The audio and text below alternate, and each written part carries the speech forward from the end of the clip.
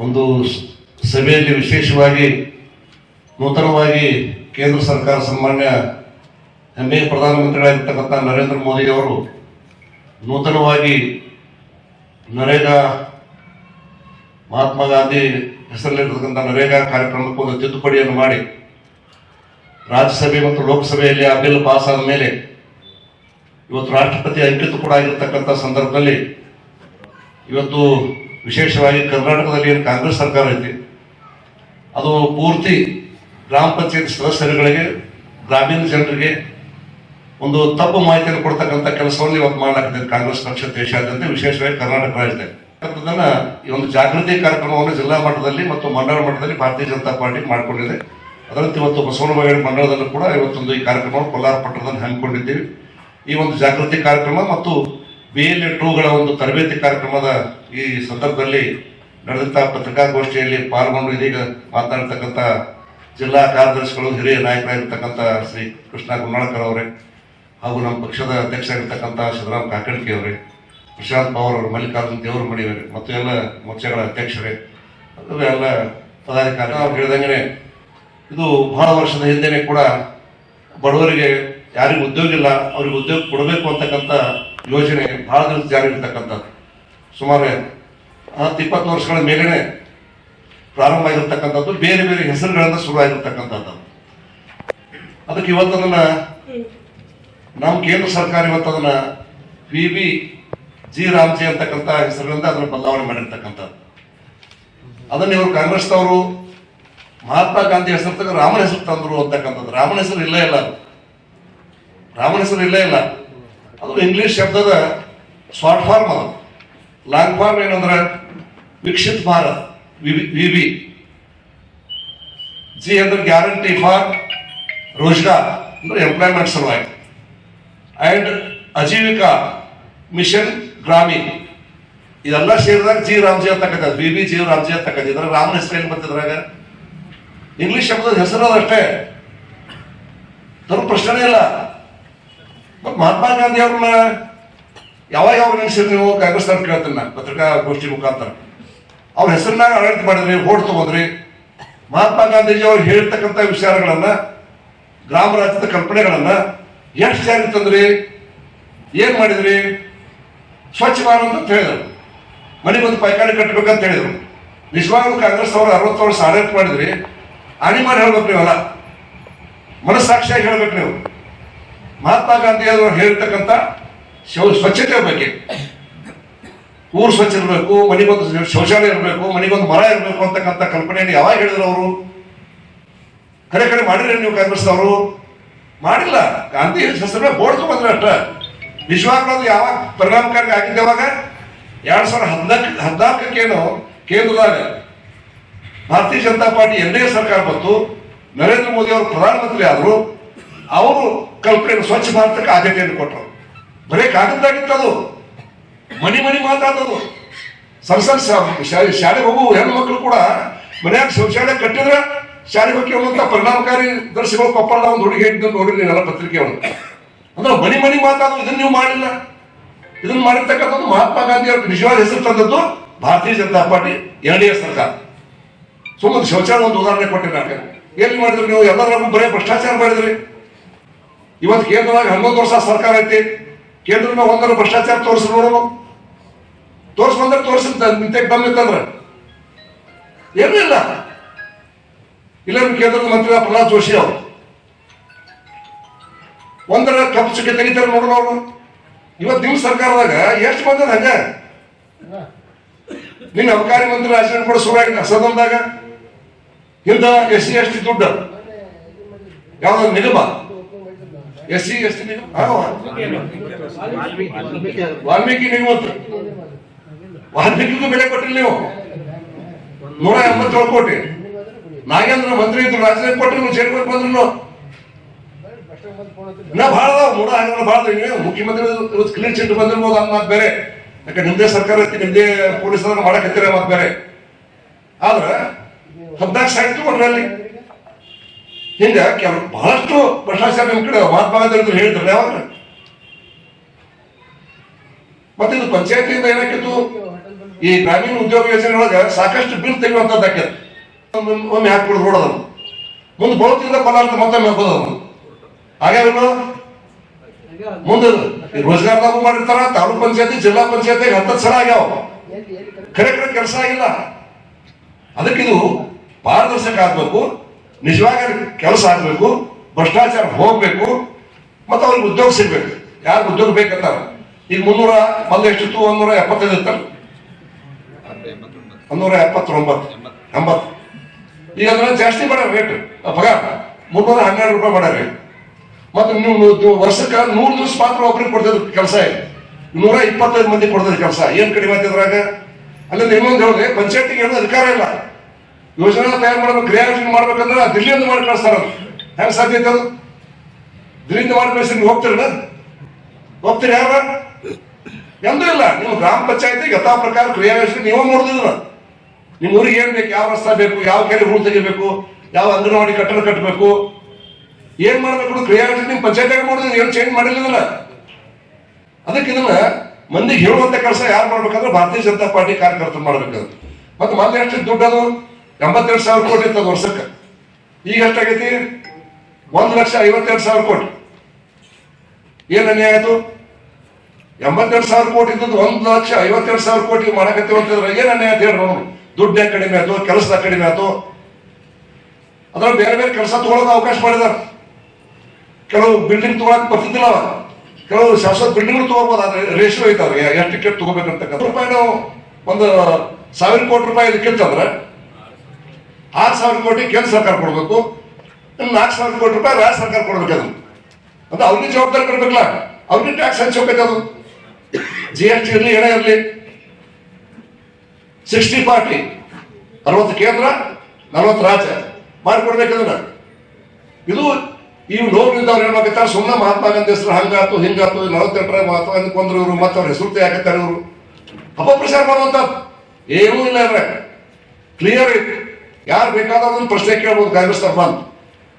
ಇದ್ರ ಯಾವ ಮೋಸ ಇಲ್ಲ, ಯಾವ್ದು ಸರ್ವಾಧಿಕಾರ ಇಲ್ಲ. ಯಥಾ ಪ್ರಕಾರ ಪಂಚಾಯತ್ ಒಳಗೆ ಯೋಜನೆ ಆಕತಿ, ಕೆಲಸ ನಡೀತೈತೆ. ಒಂದು ನಮ್ಮ ಕೋಲಾರದಾಗ ಉಳಿಗಡೆ 10,000 ರೂಪಾಯಿ ಆಯ್ತಪ್ಪ. ಹೆಣ್ಣು ಮಕ್ಕಳಿಗೆ 1,000 ರೂಪಾಯಿ ಬಿಡ್ತಾರೆ, ಗಂಡು ಮಕ್ಕಳಿಗೆ 500 ಬ್ಯಾಗ್ ಬಿಡ್ತಾರೆ. ದೊಡ್ಡ ದಿವಸ ಸಸ್ ಕುಡಿ ಹೋದ್ರೆ ಅವ್ರಿಗೆ ಅವ್ರು ಬರುದಿಲ್ಲ. ಇಲ್ಲಿ ಬರ್ತಾರ ಯಾರಿಗೆ ಕೆಲಸ ಇಲ್ಲ. 312 ರೂಪಾಯಿ ಯಾರಿಗೆ ಸಿಗುದಿಲ್ಲ ದಿವಸಕ್ಕೆ ಕೂಲಿ, ಅವ್ರಿಗೆ ಕೆಲಸ ಕೊಡುವಂತ ಯೋಜನೆ ತಿಳ್ಕೊಂಡ್ರೆ ಅದ ಹೆಚ್ಚು ಪಗಾರ ಇಲ್ಲೇ ಇಲ್ಲ. ಇವತ್ತು ತೊಗರಿ 2,000 ಬ್ಯಾಗ್ ಆದ ರೇಟ್ ಇವತ್ತು ಪತ್ರಿಕೆಯಲ್ಲಿ ನೋಡಿದೆ ನಾನು. 8,000 ಒಳಗಿದ್ದಾಗ ಬೆಂಬಲ ಬೆಲೆ ಖರೀದಿ ಮಾಡೋದು. 2,000 ಬ್ಯಾಗ್ ಹೋಯ್ತಂದ್ರೆ ನೀವೇ ಕೊಡ್ತೀರಿ. ನೇರವಾಗಿ ಮಾರ್ಕೆಟ್ನಾಗ 2,000 ಬ್ಯಾಗ್ ಮಾರ್ತಂದ್ರೆ ಅಲ್ಲಿ ಖರೀದಿ ಮಾಡೋ ಅವಶ್ಯಕತೆ ಬೆಳಗಿಲ್ಲ. ಯಾವಾಗ ಇಲ್ಲ ಅವಕಾಶ ಎಲ್ಲಿ ಇಲ್ಲ ಅವಾಗ ಸರ್ಕಾರ ಆಧಾರ ಆಗಬೇಕು. ರೈತರು ಇರ್ಬೋದು, ಕೂಲಿಕಾರರು ಇರ್ಬೋದು. ಅದಕ್ಕೆ ಇದನ್ನು ಮಹಾತ್ಮ ಗಾಂಧಿ ಶಾರ್ಟ್ ಫಾರ್ಮ್ ಅಷ್ಟೇ, ಶಾರ್ಟ್ ಫಾರ್ಮ್ ಇದು Viksit Bharat guarantee for Rozgar and Ajeevika mission Gramin. ಇದರ ರಾಮ ಏನು ಬರ್ತ ಹೇಳಿ. ಅದಕ್ಕೆ ಸುಮ್ಮನೆ ಎಷ್ಟು ಹೋರಾಟ ಮಾಡೋದು, ಬೆಂಗಳೂರಾಗ ಹೋರಾಟ ಮಾಡಕತ್ತೀರಿ. ಅಧಿವೇಶನ ನಡೆದಾಗೂ ಅಲ್ಲಿ ಯಾರು ಅಧಿವೇಶನ ಮಂತ್ರಿಗಳೇ ಇಲ್ಲ.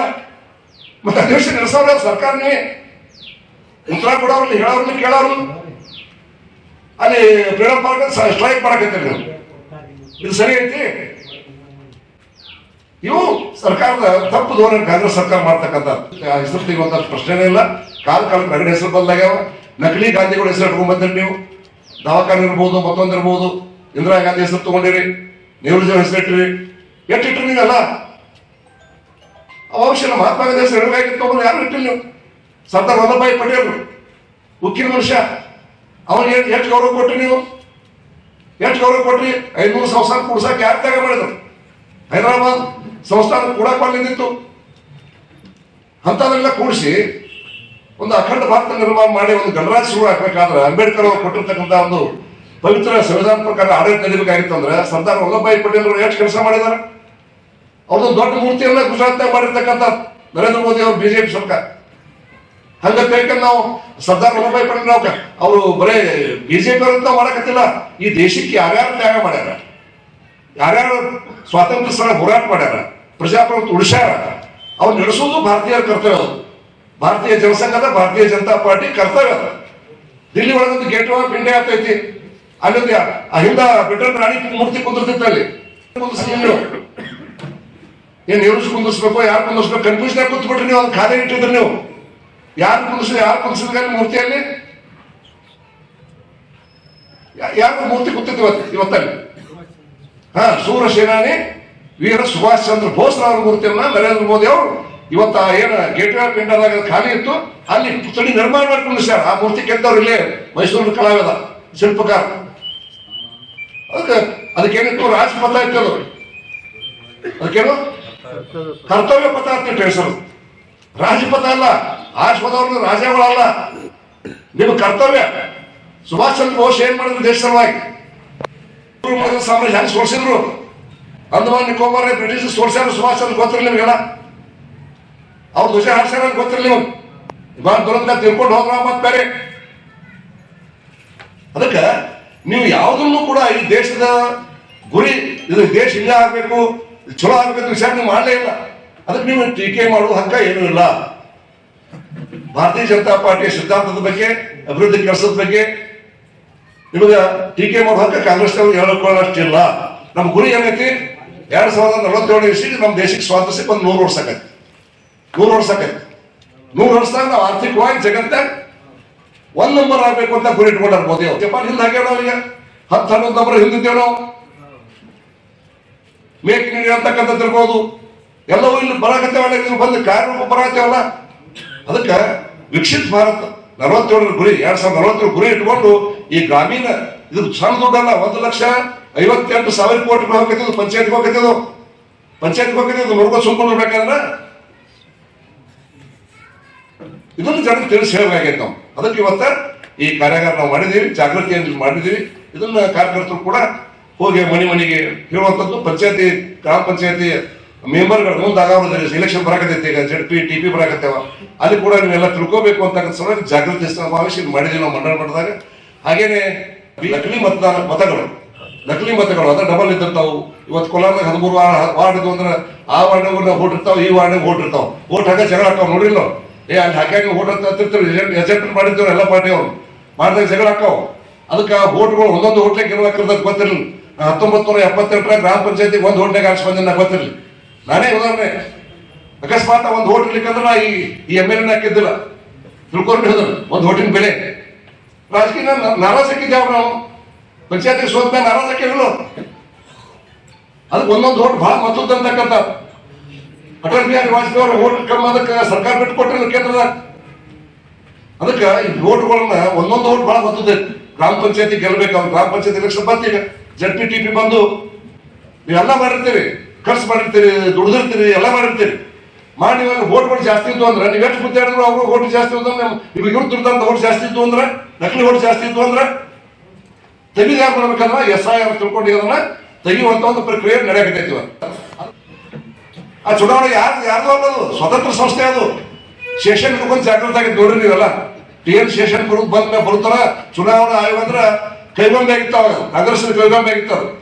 ಅವಾಗ ದಿಟ್ಟ ಒಬ್ಬ ನಾಯಕ ಅಧಿಕಾರಿ ಬಂದ, ಸೆಷನ್ ಬಂದ, ಅವಾಗ ಚುನಾವಣೆ ಭಾರಿ ಸೈಲೆಂಟ್ ಆಗ್ಬಿಡ್ತು.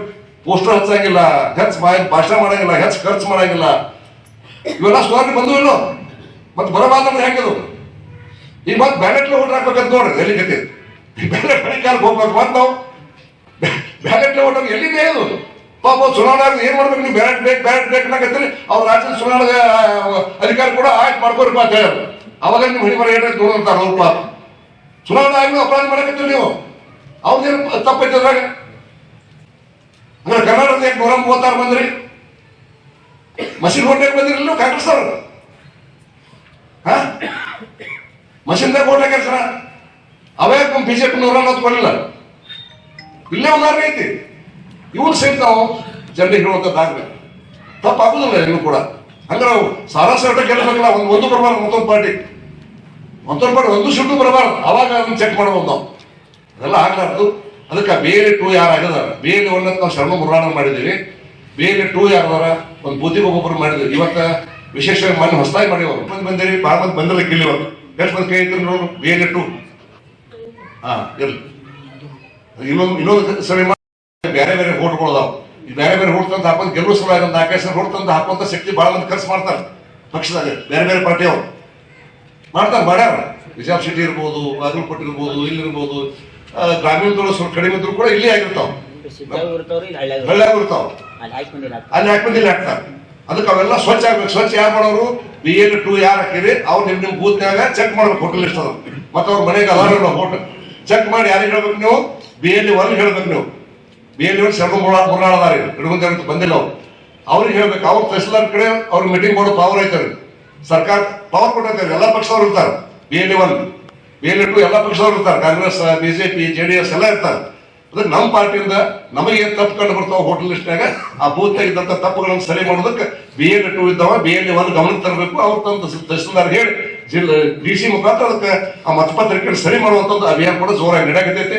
ಅದನ್ನು ಕೂಡ ನಮ್ಮ ಕಾರ್ಯಕರ್ತರು ಹೆಚ್ಚಿನ ಇವತ್ತು ಮಾಡ್ತಾರೆ ಅಂತಕ್ಕಂಥ ಮಾತನ್ನು ಕೂಡ ತಮ್ಮ ಮುಖಾಂತರ ಹೇಳ್ತಾ, ಹಜರತ್ ಖಾನ್ ಬಾಬಾ ತಂತ್ರ ಮಂತ್ರದ ಪ್ರಸಿದ್ಧಿ ಪಡೆದ ಮಹಾಗುರುಗಳು.